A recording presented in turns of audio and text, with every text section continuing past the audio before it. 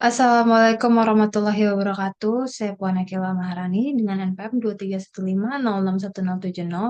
dari kelas PSTIB. Di sini saya akan mempresentasikan proyek akhir AI dengan tema penerapan algoritma AI untuk optimasi dan klasifikasi kebutuhan logistik bencana banjir di Jakarta. Nah, untuk latar belakangnya itu Jakarta menghadapi tantangan serius akibat banjir dengan 185 kejadian pada tahun 2022 dan kerugian mencapai hingga 1,2 triliun. Nah, salah satu dampak utama itu terganggunya distribusi logistik akibat rute pengiriman yang tidak optimal dan alokasi kebutuhan yang tidak akurat. Nah, solusinya adalah dengan menggunakan algoritma UCS untuk menentukan rute tercepat dan decision tree untuk mengklasifikasikan kebutuhan logistik berdasarkan data historis, sehingga distribusi dapat lebih presisi dan responsif terhadap kondisi bencana. Nah, untuk tujuan proyek, saya itu menerapkan algoritma UCS dalam pemodelan graf transportasi untuk mencari rute distribusi logistik tercepat dan teroptimal saat terjadi bencana banjir. Kemudian, menerapkan algoritma decision tree itu untuk melakukan klasifikasi kebutuhan logistik berdasarkan data bencana dan cuaca untuk mendukung keputusan distribusi yang lebih tepat. Kemudian,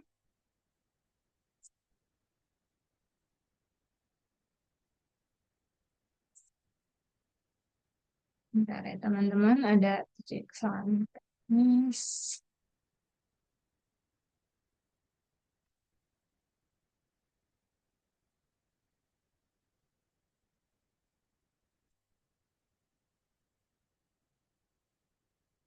Kemudian kita ke manfaat. Jadi untuk manfaatnya sendiri itu untuk meningkatkan efisiensi distribusi logistik saat bencana banjir melalui penerapan algoritma UCS. Berdasarkan simulasi ini mampu mengurangi jarak tempuh hingga 12 sampai 15 km dan memangkas waktu distribusi hingga 30%.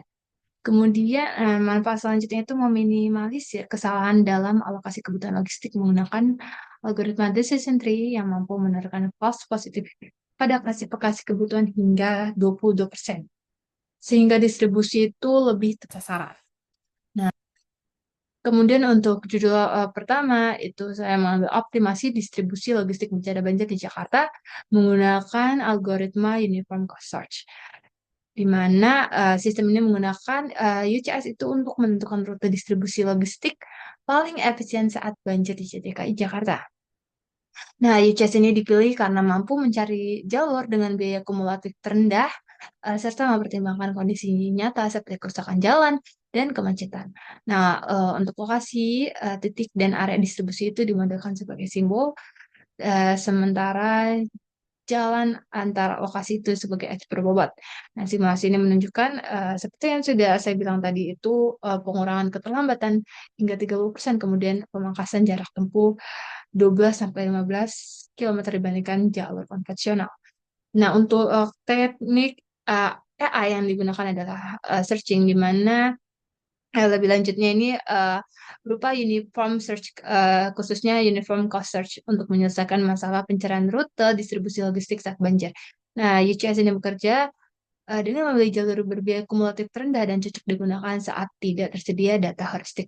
Nah, teknik ini menjamin solusi optimal dan lengkap serta adaptif terhadap kondisi jalan yang dinamis di wilayah perkotaan seperti Jakarta. Nah, untuk algoritmanya itu uniform cost search, di mana dia ini memilih jalur dengan biaya total terendah sama dengan GN menggunakan priority eh, antrian prioritas itu cocok untuk pemodelan rute distribusi logistik saat banjir.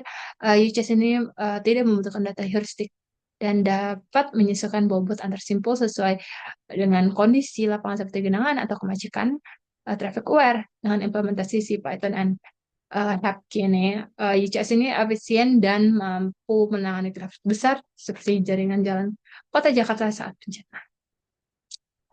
Nah, kemudian kita langsung saja untuk penjelasan kode programnya sendiri sudah tertampil dalam layar.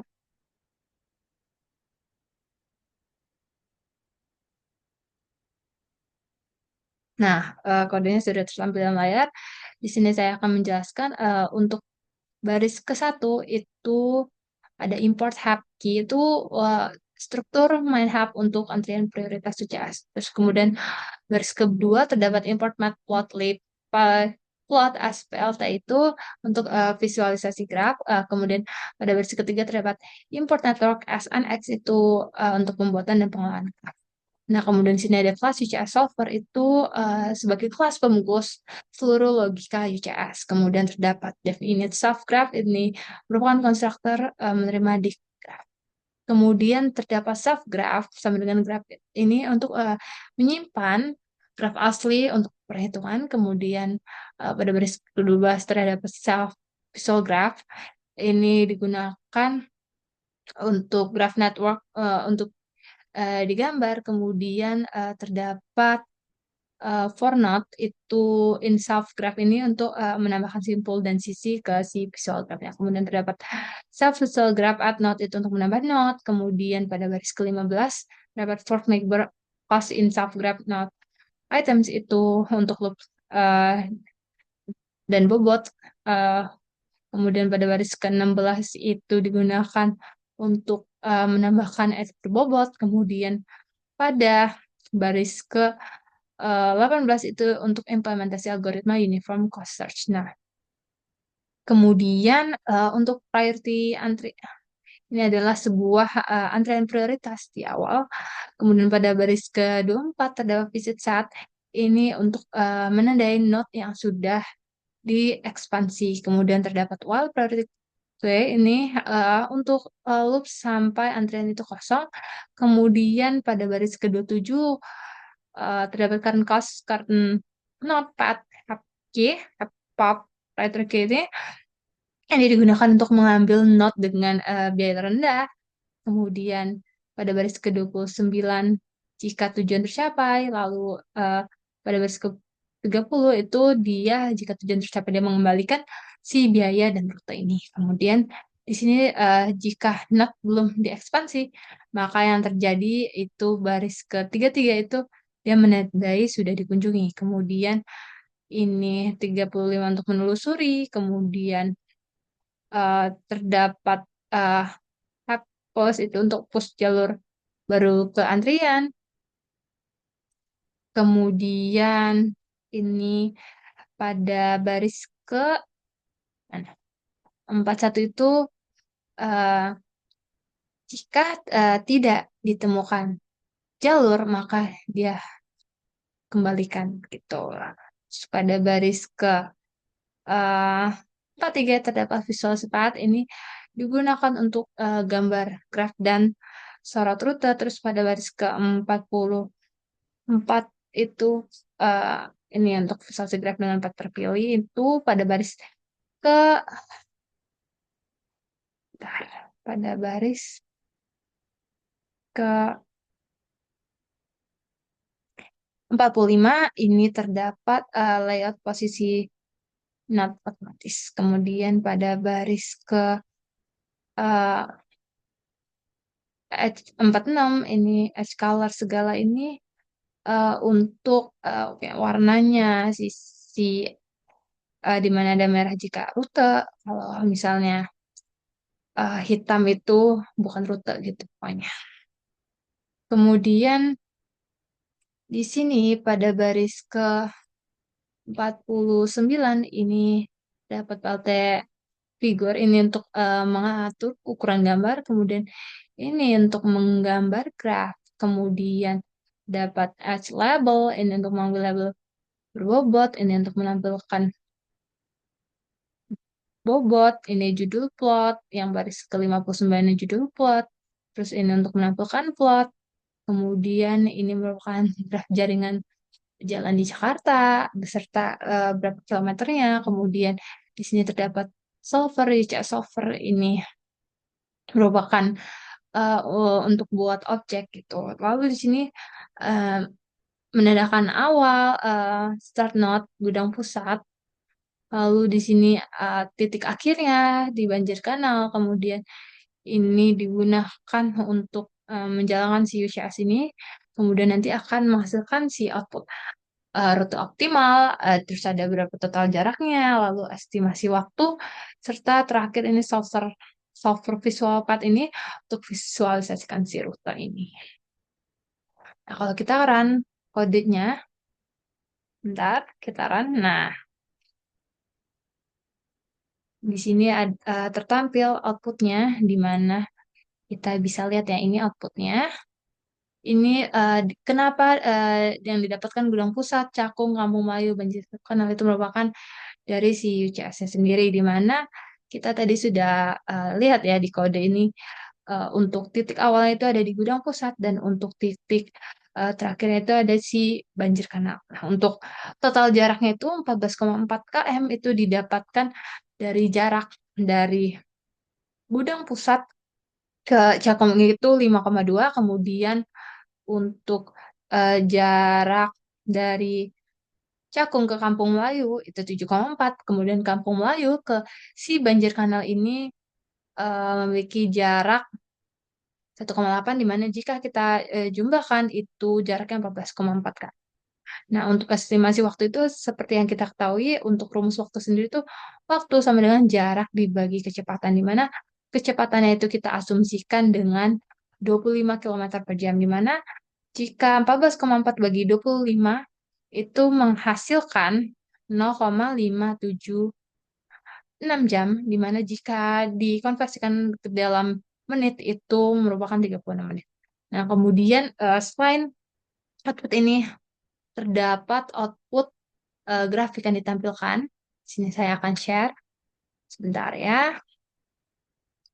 Sudah tertampil dalam layar. Nah, ini adalah, nah sudah tertampil. Nah, ini adalah grafiknya di mana jika kita lihat seperti tadi dalam kode, kalau merah merupakan rute optimal dari titik awal ke tujuan menggunakan si UCS ini.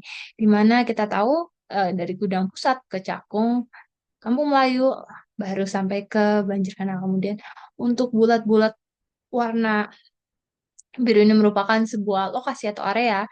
Nah, misal ini lokasi untuk Gudang Pusat, ini untuk Cakung, Kampung Melayu, terus Banjir Kanal. Kemudian untuk eh, angka-angka yang di sini ini merupakan jarak. Nah, di mana jika kita jumlahkan 5,2, 7,4 sama 1,8, ini menghasilkan si jarak tadi, jarak total itu 14,4. Lalu eh, di sini terdapat jarak-jarak lainnya gitu. Nah, sekarang kita lanjut aja ke presentasi selanjutnya untuk judul 2. Sudah tertampil dalam layar. Nah, sudah tertampil dalam layar. Nah, untuk judul 2 sendiri itu saya menggunakan judul klasifikasi kebutuhan logistik bencana banjir di Jakarta menggunakan si algoritma decision tree, di mana untuk deskripsinya ini dia ini mengimplementasikan decision tree untuk menentukan tingkat kebutuhan logistik selama bencana banjir di DKI Jakarta. Nah, algoritma ini dipilih karena mampu menghasilkan model prediktif yang transparansi, mudah diimplementasikan dan efektif dalam kondisi darurat. Nah, kemudian fitur input yang digunakan meliputi curah hujan, ketinggian wilayah, kepadatan penduduk, dan kepencet. Dan riwayat banjir, kemudian keluaran sistem itu berupa klasifikasi tingkat prioritas logistik ke dalam 3 kategori, high, medium, dan low. Nah, hasil estimasi itu menunjukkan akurasi klasifikasi mencapai 87,5% dengan presisi 92% untuk kategori high. Lalu mengurangi overstock logistik hingga 40% di wilayah risiko rendah, dan juga digunakan untuk mempercepat waktu respon distribusi menjadi kurang dari 2 jam. Nah, sistem ini menghasilkan peta prioritas logistik yang membantu pengambilan keputusan distribusi itu secara cepat, tepat, dan berbasis data gitu. Nah, untuk teknik artificial intelligence-nya itu learning, di mana jika lebih lanjut dijelaskan itu merupakan supervised learning dengan algoritma decision tree C4,5 untuk mengklasifikasi prioritas kebutuhan logistik banjir berdasarkan data numerik dan kategorikal. Algoritma ini transparan, mudah diimplementasikan, serta tangguh terhadap missing value dan cocok untuk kondisi darurat. Nah, model ini mencapai akurasi 87,5% dan precision 92%. Efektif untuk distribusi logis logistik yang tepat sasaran. Kemudian untuk algoritma sendiri ada decision tree, di mana dia ini digunakan untuk mengklasifikasikan prioritas logistik banjir berdasarkan fitur seperti curah hujan, ketinggian wilayah, dan kepadatan penduduk. Dengan pemilihan atribut berdasarkan information gain dan entropy, keunggulannya ini mencakup fleksibilitas terhadap data numerik atau kategorikal. Nah, transparansi aturan klasifikasi serta efisiensi dalam pelatihan dan prediksi. Kemudian, implementasi ini menghasilkan peta prioritas high, medium, low. Nah, mengurangi overstock hingga 40% dan mempercepat respons di area kritis menjadi kurang dari 2 jam. Nah, di sini kita juga langsung saja ke kode programnya. Kita pindah ke kode program yang kedua, proyek banjir 2. Di sini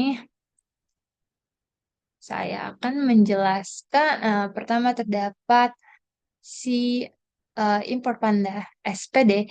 Ini tuh untuk mengimpor library Panda untuk manipulasi data, kemudian ada Skylern Tree, import decision tree classifier ini untuk mengimpor modul decision tree dari sklearn. Kemudian untuk baris ketiga ada Skylern model selection, itu untuk membagi data menjadi data latih dan uji. Kemudian pada baris keempat terdapat Skylern matrix, itu digunakan untuk evaluasi performa model. Nah, kemudian di sini ada matplotlib pilot SPLT, itu untuk visualisasi grafik seperti pada proyek sebelumnya. Kemudian ini adalah dataset simulasi di mana terkait bencana banjir sendiri di sini ya, terdapat curah hujan, lalu terdapat ketinggian lokasi dari permukaan, terus kemudian ada kepadatan penduduk, kemudian ada frekuensi banjir sebelumnya, lalu juga pada baris ke-13 terdapat kategori prioritas pengiriman logistik. Nah, untuk DFPD data frame ini digunakan untuk mengubah dictionary ke dalam bentuk data frame. Kemudian ini merupakan DF reward, genangan DF reward genangan map tidak jarang sering ini merupakan encode data kategorikal yang jadi numerik gitu. Kemudian pada baris kedua tiga terdapat X sama dengan df drop, ini untuk memisahkan fitur input X, lalu Y ini untuk menyimpan kolom target output Y. Kemudian pada baris kedua tujuh terdapat X-train, X-test, Y-train, Y-test ini untuk membagi data pelatihan dan pengujian. Kemudian pada baris ke-30 model decision tree classifier ini digunakan untuk inisialisasi model pada keputusan menggunakan entropi. Kemudian terdapat model fit, X-train, Y-train, ini untuk melatih model dengan data latih. Kemudian terdapat Y-pred, Y-pred, model predict X-text.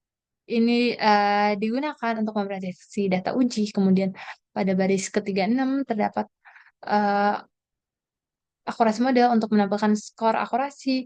Lalu pada baris ke-37 digunakan untuk menampilkan laporan klasifikasi, terus pada baris ke-38 digunakan untuk menampilkan confusion matrix, terus pada baris ke-41 itu untuk mengatur si ukuran plotnya. Lalu terdapat plot tree model feature names X column, class names model class, field true, round true. Nah, itu untuk menampilkan laporan klasifikasi. Kemudian terdapat Delta title untuk menampilkan si judul grafik. Nah, di sini terdapat contoh data yang baru saja ingin diproduksi, ada curah hujan, ketinggian, kepadatan, terus ada riwayat genangan juga. Kemudian untuk contoh DFPD data frame, ini untuk mengubah data baru ke dalam bentuk frame, data frame, kemudian ini seperti tadi, ini merupakan encode data kategorikal. Kemudian ada prediksi model predik contoh GF ini melakukan prediksi terhadap data baru, lalu terdapat print hasil prediksi untuk data baru. Untuk menampilkan hasil prediksi. Nah, kita run aja langsung.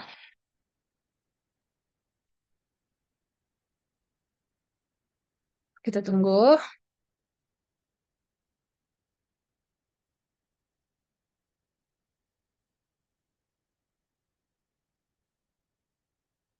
Coba ya, karena lama kita hapus dulu. Kita coba hapus yang tadi. Kita run ulang. Nah, kita tunggu.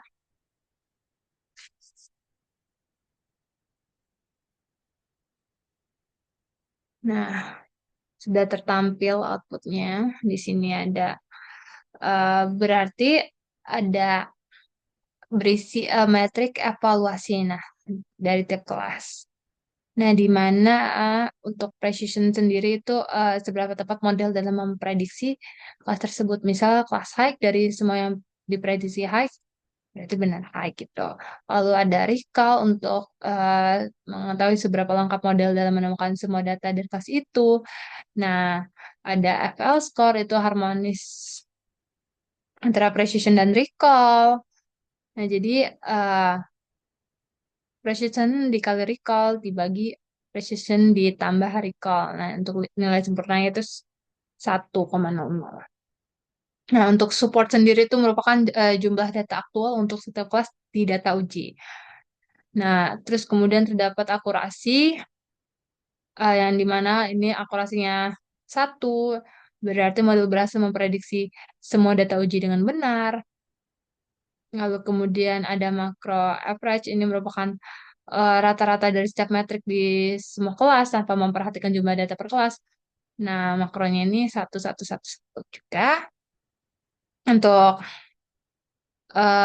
terus terdapat week average, itu merupakan rata-rata tertimbang berdasarkan jumlah data di masing-masing kelas gitu. Karena setiap kelas punya satu data adalah sama dengan si makro average ini ya. Nah, di sini ada confusion matrix 1,0. Bentar, ini outputnya belum keluar semuanya. Coba kita ulang lagi.